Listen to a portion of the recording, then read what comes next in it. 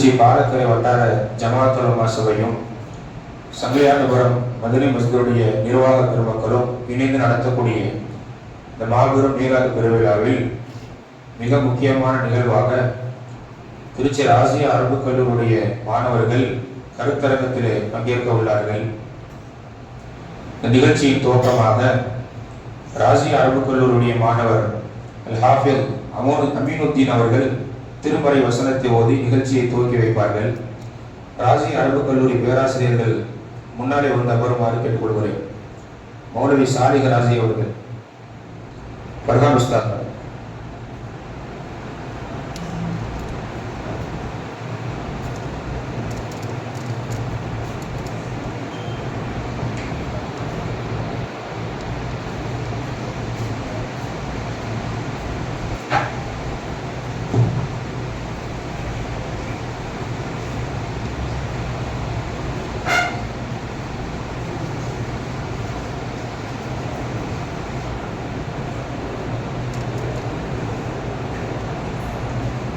السلام عليكم ورحمة الله تعالى وبركاته.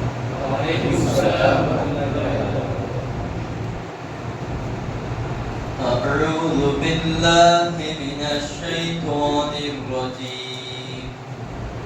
بسم الله الرحمن الرحيم. والتين والزيتون وطور سينين وهذا البلد الأمين. لقد خلقنا الإنسان في أحسن تقويم ثم رددناه أسفل سافلين إلا الذين آمنوا وعملوا الصالحات فلهم أجر غير ممنون. فما يكذبك بعد بالدين أليس الله بأحكم الحاكمين. صدق الله العظيم. السلام عليكم ورحمة الله تعالى وبركاته. وعليكم السلام ورحمة الله وبركاته.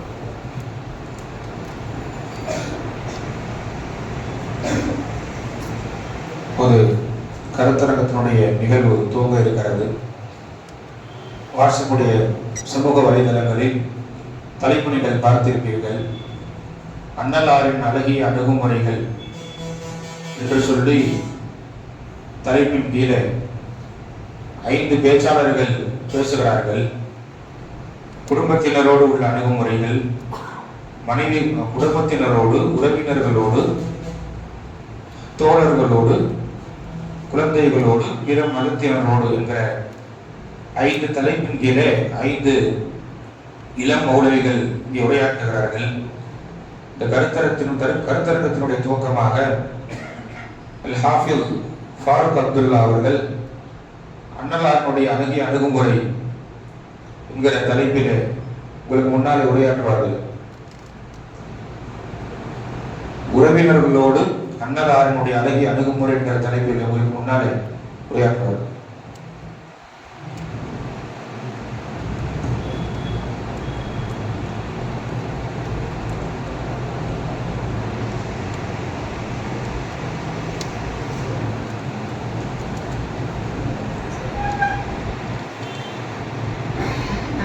السلام عليكم ورحمة الله تعالى وبركاته. وعليكم السلام. نحمده ونصلي على رسوله الكريم.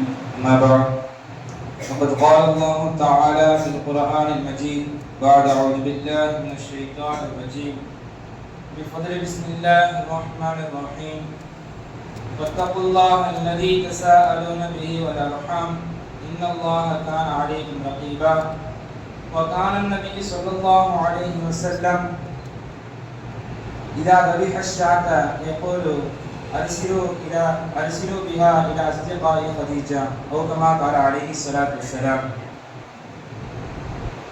கண்ணியத்திற்கும் மிகுந்த மரியாதைக்கும் உரித்தானவர்களே, அன்னலாரின் அழகிய அணுகுமுறை உறவினர்களோடு என்ற தலைப்பின் கீழ் உங்களிடம் உரையாட வந்துள்ளேன். அல்ஹம்துலில்லாஹ். ஒரு மனிதன் தன்னுடைய வாழ்நாளில் எப்படி வாழ வேண்டும், ஒவ்வொரு தருணங்களிலும் எப்படி வாழ வேண்டும் என்பதை நாயகம் ஸல்லல்லாஹு அலைஹி வஸல்லம் அவர்கள் நமக்கு காட்டி தந்தார்கள். அதன் வகையில் உறவினர்களோடும் எப்படி நாயகம் ஸல்லல்லாஹு அலைஹி வஸல்லம் அவர்கள் உறவாடினார்கள் என்பதை நாம் தெரிந்து கொள்ள வேண்டிய கடமை நம் மீது இருக்கின்றது. கண்ணியத்திற்குரியவர்களே, பத்ர் போரில் கைதிகள் எல்லாம் பிடிக்கப்பட்டு வருகின்றார்கள். அப்போது ஆரம்பத்தில் இஸ்லாத்தை ஏற்காத நிலையில் அப்பாஸ் ரலியல்லாஹு அன்ஹு அவர்களும் கைதிகளில் ஒருவராக பிடிக்கப்பட்டு வருகின்றார். கைதிகள் எல்லாரும் கட்டப்பட்டு விட்டு இந்த வேலையெல்லாம் முடித்துவிட்டு நாயகம் ஸல்லல்லாஹு அலைஹி வஸல்லம் அவர்கள் இரவு தூங்குவதற்காக செல்லுகின்றார்கள். கண்களை மூடுகின்றார்கள். நாயகம் ஸல்லல்லாஹு அலைஹி வஸல்லம் அவர்களுக்கு தூக்கம் வரவில்லை. காரணம், தன்னுடைய சிறிய தந்தை கைதியில் ஒருவராக கட்டப்பட்டிருக்கின்றார். கடும் குளிரினாலும் கயிற்றின் இறுக்கத்தினாலும் அவர் முணங்கிக் கொண்டிருக்கின்றார். அந்த முழங்கல் சத்தத்தினால் நாயகம் ஸல்லல்லாஹு அலைஹி வஸல்லம் அவர்களுக்கு படுத்தால் தூக்கம் வரவில்லை. தோழர்களை அழைத்து சொன்னார்கள், அவர்களுக்கு அந்த கயிற்றை இலகுவாக்க சொன்னார்கள். மட்டுமல்ல, போர்த்துவதற்காக வேண்டி ஒரு போர்வையும் கொடுத்தார்கள். இந்த இடத்தில் நாயகம் ஸல்லல்லாஹு அலைஹி வஸல்லம் அவர்கள் தன்னுடைய சிறிய தந்தை கைதியாக இருந்த பொழுது அவர்களை எப்படி அரவணைத்தார்கள் என்பது நாம் இறங்க வேண்டும். அதே போல சில அன்சாரி பெண்மக்கள் முர்ரா ரலியல்லாஹு அன்ஹு அவர்களிடத்தில், உன்னுடைய தாயும் உன்னுடைய தந்தையும் செய்த செயலால் அல்லாஹ் தஆலா அவர்களை சபித்து ஒரு சூறாவை இறக்கி விட்டான். எனவே நீ ஹிஜ்ரத் செய்ததற்கு இந்த ஒரு பலனையும் அடைய போவதில்லை என்பதாக சொன்ன பொழுது மனம் உடைந்து போனார்கள் முர்ரா ரலியல்லாஹு அன்ஹு அவர்கள். பெருமானாரிடத்தில் அழுது கொண்டே ஓடி வருகின்றார்கள். பெருமானாரின் சகோதரி அல்லவா, சகோதரியின் கண்ணில் கண்ணீரை கண்டவுடன் நாயகம் ஸல்லல்லாஹு அலைஹி வஸல்லம் அவர்கள் முகம் மாறி போனது. நடந்த விஷயத்தை சொல்லி காட்டுகின்றார்கள். பெருமானார் ஸல்லல்லாஹு அலைஹி வஸல்லம் அவர்கள் மிம்பரின் மீது ஏறி சொன்னார்கள், என்னையும் என் குடும்பத்தாரையும் இப்படியெல்லாம் பேசி என்னை நோவினைப்படுத்தாதீர்கள் என்பதாக சொல்லிவிட்டு துரா ரலியல்லாஹு அன்ஹு அழைக்கின்றார்கள். அழைத்து சொன்னார்கள், உன்னை கோபப்படுத்தியவர் மீது அல்லாஹ் கோபப்படுவான், நீ என்னை சார்ந்தவள், நான் உன்னை சார்ந்தவன் என்பதாக நாயகம் ஸல்லல்லாஹு அலைஹி வஸல்லம் அவர்கள் சொன்னார்கள். தன்னுடைய உறவினர்களை ஏளனமாக பேசிய இடத்தில் நாயகம் ஸல்லல்லாஹு அலைஹி வஸல்லம் அவர்கள் வெறுமனே சும்மா இருந்து விடவில்லை, மாறாக பேசியவர்களை கண்டித்து உறவுகளுக்கு ஆதரவாக இருந்தார்கள். இந்த அளவிற்கு உறவை நேசித்தார்கள், பேணினார்கள் என்று சொன்னால், கதீஜா ரலியல்லாஹு அன்ஹா அவர்கள் இறந்ததற்கு பிறகும் கூட நாயகம் ஸல்லல்லாஹு அலைஹி வஸல்லம் அவர்கள் ஒரு ஆட்டை அறுத்தார் என்று சொன்னால், அரிசிலு பிஹா இலா அஸ்திகாய் கதீஜா, கதீஜாவுடைய தோழிகளுக்கு இந்த இறைச்சி அனுப்பி என்பதாக நாயகம் ஸல்லல்லாஹு அலைஹி வஸல்லம் அவர்கள் சொன்னார்கள். சங்கைக்குரியவர்களே, உஸ்மான் ரலியல்லாஹு அன்ஹு அவர்கள், நபி அவர்களுக்கும் உஸ்மான் ரலியல்லாஹு அன்ஹு அவர்களுக்கும் மத்தியில் இருந்த ஒரு உறவு மாமனார் மருமகன் உறவு. உஸ்மான் ரலியல்லாஹு அன்ஹு அவர்களுக்கு தன்னுடைய மகள் ருக்கையா ரலியல்லாஹு அன்ஹா அவர்களை திருமணம் முடித்து வைக்கின்றார்கள். சில காலம் வாழுகின்றார்கள். பத்ருடைய போரின் போது ருக்கையா ரலியல்லாஹு அன்ஹா அவர்களுக்கு உடல்நிலை சரியில்லாமல் போய்விடுகின்றது. அப்பொழுது அவர்களை கவனித்த நிலையில் உஸ்மான் ரலியல்லாஹு அன்ஹு அவர்கள் போருக்கு செல்லாமல் இருந்து விட்டார்கள். போர் முடிந்து திரும்ப வரும் பொழுது நபி ஸல்லல்லாஹு அலைஹி வஸல்லம் செய்தி போகின்றது. ஒரு பக்கம் பத்ருடைய வெற்றி கிடைக்க, மற்றொரு பக்கம் ருக்கையா ரலியல்லாஹு அன்ஹா அவர்கள் மரணித்த செய்தி கிடைக்கின்றது. தோழர்களே, உஸ்மான் ரலியல்லாஹு அன்ஹு அவர்களுக்கு இந்த இடத்தில் இரண்டு கவலை. ஒன்று, தன்னுடைய மனைவி இறந்து விட்டார். மற்றொன்று, பெருமானாரின் உறவில் இருந்து நாம் பிரிந்து விட்டோமே என்று கவலை கொள்கின்றார். இந்த கவலை அறிந்த கண்மணி நாயகம் ஸல்லல்லாஹு அலைஹி வஸல்லம் அவர்கள் தன்னுடைய இன்னொரு மகனையும் திருமணம் முடித்து தந்தார்கள். அவர்களும் சில காலம் வாழுகின்றார்கள். ஹிஜ்ரி 9ஆம் ஆண்டு அவர்களும் மரணித்த நிலையில் என் பெருமானார் சொன்ன வார்த்தையை நாம் கவனிக்க வேண்டும். எனக்கு இன்னொரு மகள் இருந்தால் அதுக்கு உஸ்மானுக்கு திருமணம் முடித்து தருவதாக பெருமானார் ஸல்லல்லாஹு அலைஹி வஸல்லம் அவர்கள் சொன்னார்கள். அதே மருமகன் உறவுதான் அலி ரலியல்லாஹு அன்ஹு அவர்களும் ஃபாத்திமா ரலியல்லாஹு அன்ஹா அவர்களுக்கும் உஸ்மான் ரலியல்லாஹு அன்ஹு அவர்களுக்கும் ஒரு சின்ன சண்டை ஏற்பட்டது. அப்பொழுது அலி ரலியல்லாஹு அன்ஹு அவர்கள் கோபித்துக் கொண்டு பள்ளியில் வணங்க சென்று விட்டார். பள்ளியில் உறங்கிக் கொண்டிருக்கின்றார்.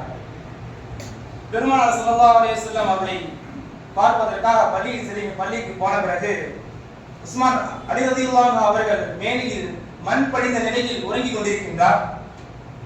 அவருடைய அருகில் சென்று ஈருலக தலைவர் எம்பெருமான நபிகள் நாயகம் ஸல்லல்லாஹு அலைஹி வஸல்லம் அவர்கள் தன்னுடைய கரத்தால் அந்த மண்ணை தட்டிவிட்டு கும் அபா துராப், கும் அபா துராப், செல்லமாக மண்ணின் தண்டியை எழுந்திருங்கள் என்பதாக நாயகம் ஸல்லல்லாஹு அலைஹி வஸல்லம் அவர்கள் சொன்னார்கள். தன்னுடைய மருமகன் கோபமாக இருக்கக்கூடிய நிலையில் எப்படி அவர்களுக்கு நடந்தார்கள் என்பதை நாம் பார்க்க முடிகின்றது. சங்கைக்குரியவர்களே, வரலாற்று நெடுகில் பல்வேறு இடங்களில் நாயகம் ஸல்லல்லாஹு அலைஹி வஸல்லம் அவர்கள் உறவுகளை அரவணைத்தும் அவர்களுக்கு ஆதரவாக இருந்தார்கள். வெறுமனே அறிவுரைகளோடு மட்டும் நிறுத்தி விடாமல் அவருடைய வாழ்வில் அதை நடைமுறைப்படுத்தினார்கள் என்பதை நாம் காண முடிகின்றது. எனவே எப்படியெல்லாம் நாயகம் ஸல்லல்லாஹு அலைஹி வஸல்லம் அவர்கள் தன்னுடைய குடும்பத்தார்களுடன் தன்னுடைய உறவினர்களுடன் எப்படி உறவாடினார்களோ அதே போல நாம் உறவாடுவதற்கு எல்லாம் அல்லாஹ் தௌஃபீக் செய்வானாக. வாஹிர் தஅவானா அல்ஹம்துலில்லாஹி ரப்பில் ஆலமீன். அஸ்ஸலாமு அலைக்கும் வரஹ்மத்துல்லாஹி தஆலா வபரகாத்துஹு.